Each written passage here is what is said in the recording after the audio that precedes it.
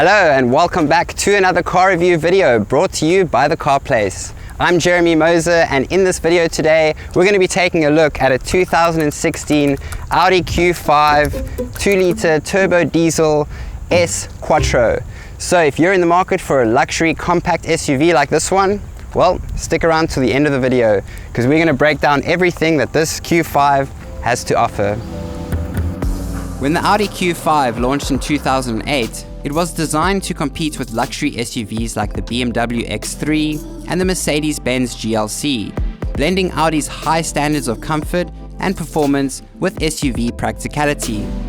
By 2016, the Q5 2-litre TDI Quattro was a standout, featuring an efficient yet powerful 2-litre turbodiesel engine paired with Audi's iconic all-wheel drive, known for delivering stability and control. With a sophisticated interior, advanced tech, and impressive fuel economy, the 2016 Q5 offered a well-rounded choice for drivers who valued both luxury and everyday versatility.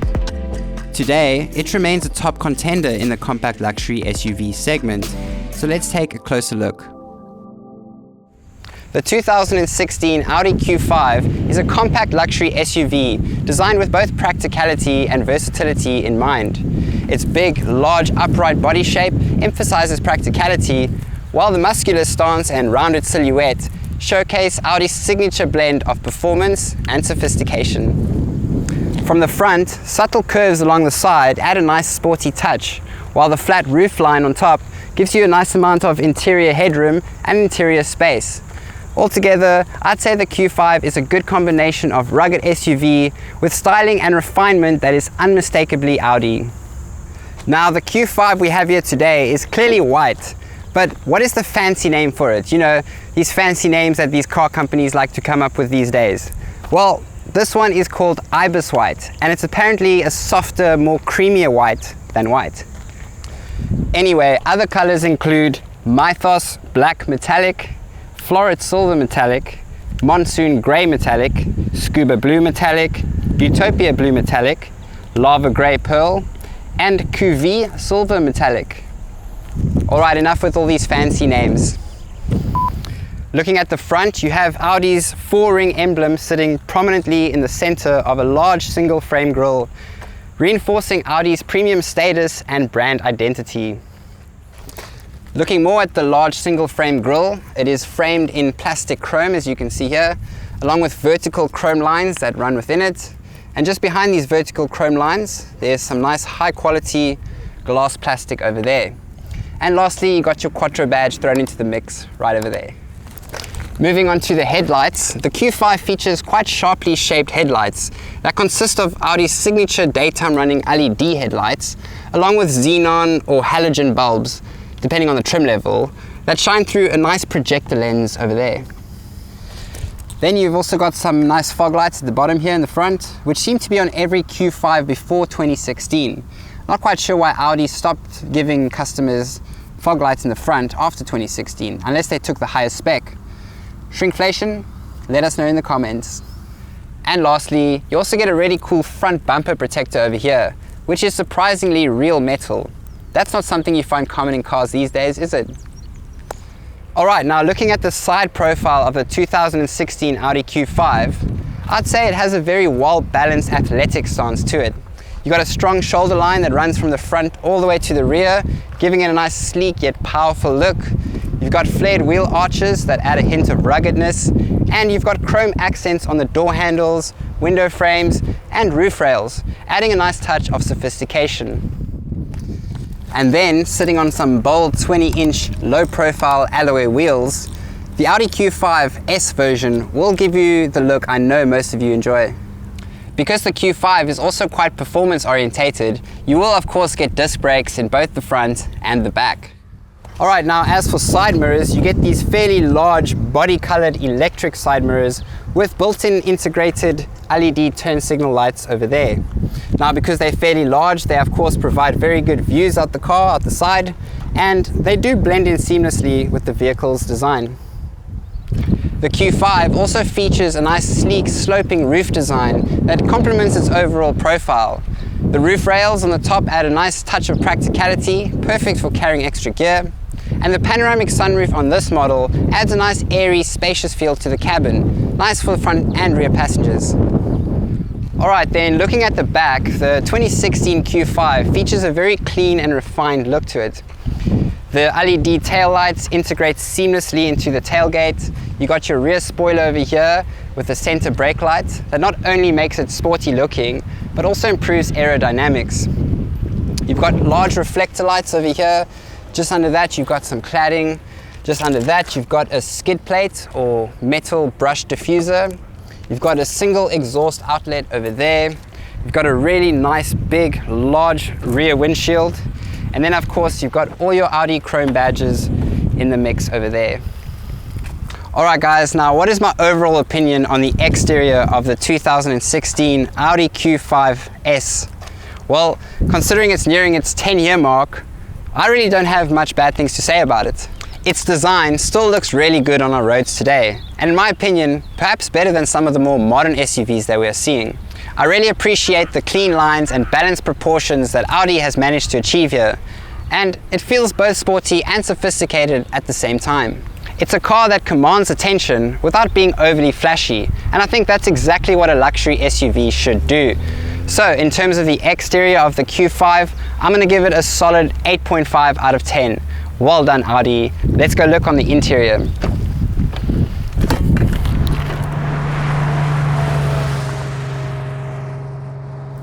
Alright guys, now when you step into the Q5, you do know that you're stepping into an SUV due to the amount of cabin space that you have up here in front. I can't imagine how big the Q7 must be. I've never driven one of those. Now when you're sitting in the driver's seat, it does feel very spacious due to the flared out shape of the driver's door. You've also got a tilt and telescopic steering wheel, so you can get a bunch of different driving positions for different people. You've also got an easy to use height adjustable seat over here, and can of course tilt forwards and backwards. Visual clearance of the Q5 is also pretty good. Because you can raise your seat quite high, I must say you can see out the cabin quite a lot. You do have those rear windows there at the back, which not only lets in a nice amount of light, but also provide good visual clearance all around the vehicle for the driver. Then we've got this nice high quality leather wrapped steering wheel with a big Audi chrome badge in the center. The steering wheel does allow you to change the volume, skip a track, change the radio station, and just generally interact with the screen that's built into the instrument cluster over there.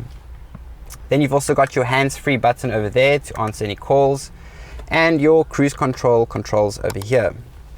In terms of the instrument cluster, you do have analog dials, not digital dials, although you do have a digital screen in the center.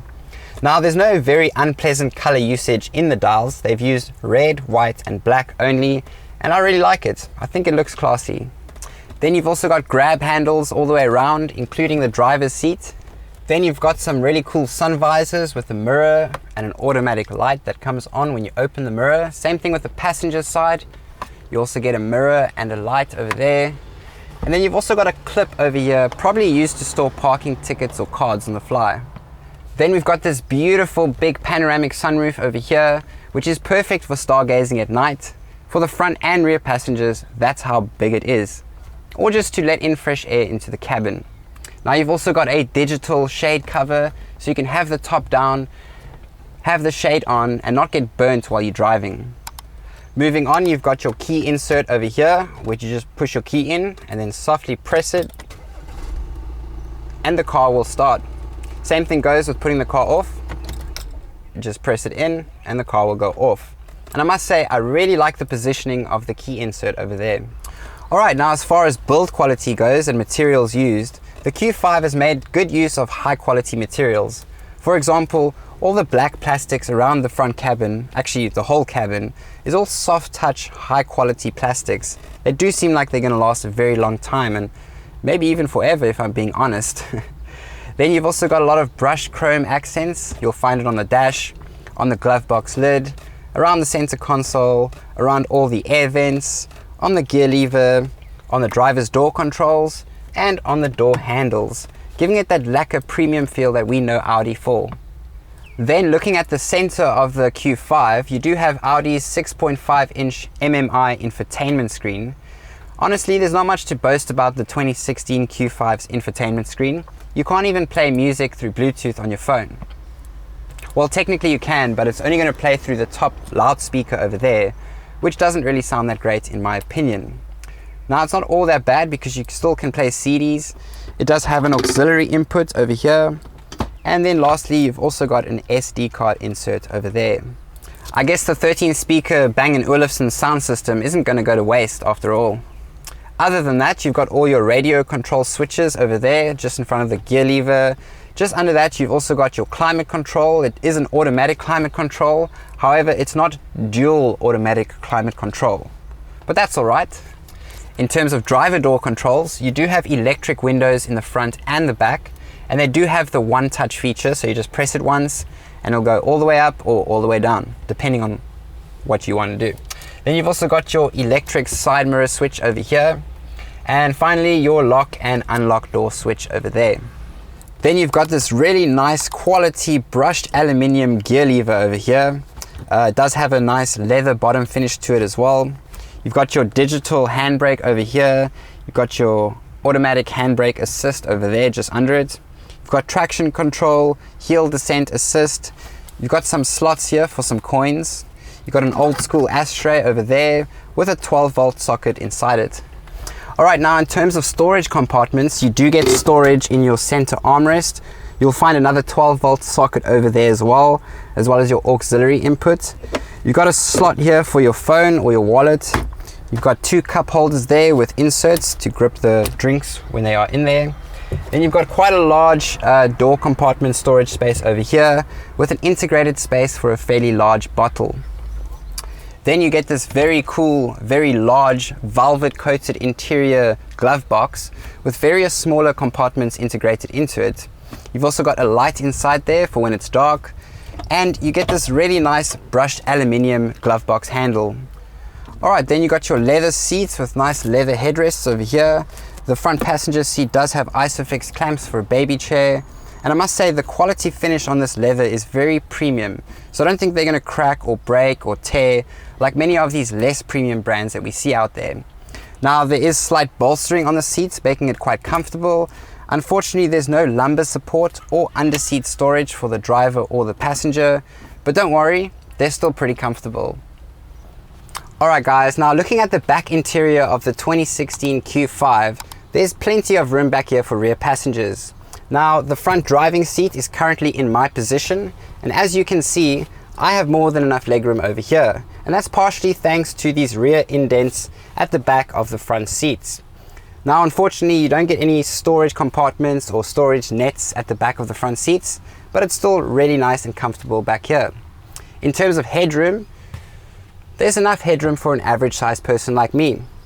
But if you're tall, you might struggle just a little bit.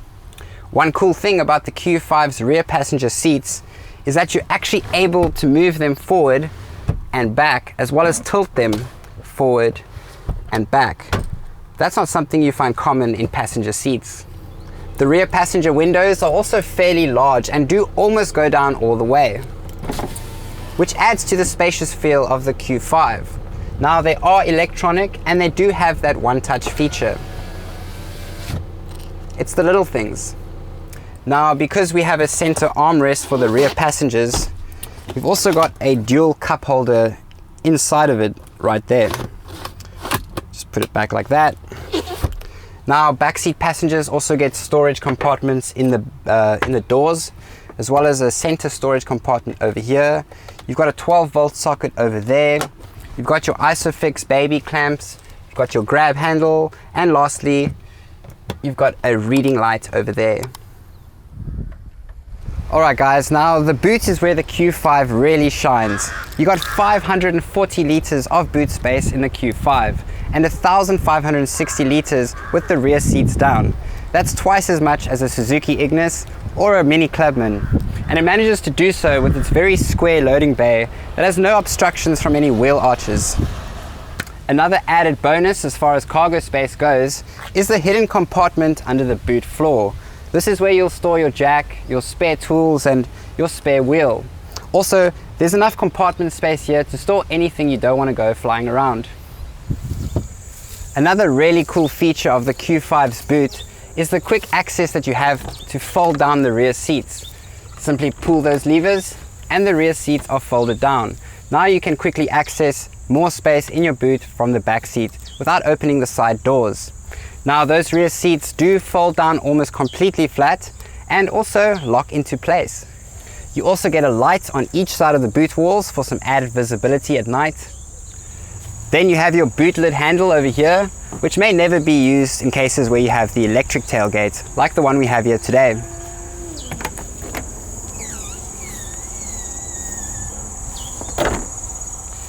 And then finally, you also have anchor points in each corner of the boot to help you secure anything you don't want flying around. And then also another storage compartment here with a net, also to secure things that you don't want flying around. So what's my overall opinion on the Q5's interior? Well, there's really not much missing. You got a spacious car, it's comfortable, it's well put together, it's got a Bang & Olufsen sound system, it's feature rich, so there's really not much missing. But because it's nearly impossible for me to give a car a solid 10 out of 10, I'm gonna have to go with a 9 out of 10 for this one. Well done, Audi.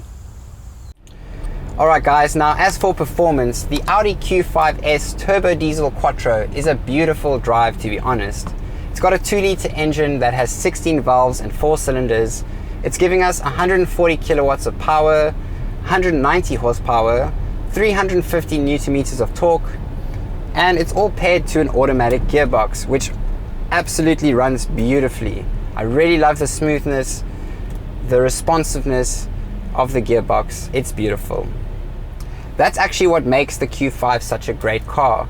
It's because it's an everyday driver capable of doing so much more than daily driving. Now it does weigh 1.85 tons, which is quite a lot. It's not too bad, but it's not light either. But with the 75-litre tank, it will get you to all the places you need to go. Now speaking about fuel economy, the Q5 is going to give you around 6.9 litres per 100 kilometers in the city and about 5.6 on the highway. And that averages out to about 6.1 litres per 100 kilometers on average. Now it's got a 75-litre tank, so if you do the maths, you're able to drive 1,230 kilometers on a single tank. Now that's pretty cool. Alright guys, now it's time for my personal opinion on the performance of the Q5. I'd say it's pretty spot on for a diesel SUV. That 350 newton meters of torque is really nice to have when you're whipping around the city or need to overtake someone on the highway. It gives it that great punchy feel at low revs. The automatic transmission is smooth, and Audi's Quattro system really gives it some serious grip. Although the low profile tires give a little bit of a hard ride, that can easily be changed. It's not exactly the most sporty SUV, but it certainly does feel super solid and very well grounded. All in all, it's a nice balance of power and fuel efficiency. So I'm gonna have to give the performance of the Q5 a solid 8 out of 10. Well done, Audi. Alright guys, now let's talk a little bit about the safety of the Audi Q5. Firstly, this car is rated 5 stars by ANCAP's safety website. That's the most amount of stars you can get for the safety of a car. So it's a pretty safe car. But other than that, you've got 6 airbags, you've got park distance control, you've got ABS brakes, you've got EBD, you've got electronic stability control as well, and you've got braking assist. Other than that, you've also got some ISOFIX baby clamps. So overall, I'd say the Audi Q5 is a pretty safe car. Now, let's move on to pricing.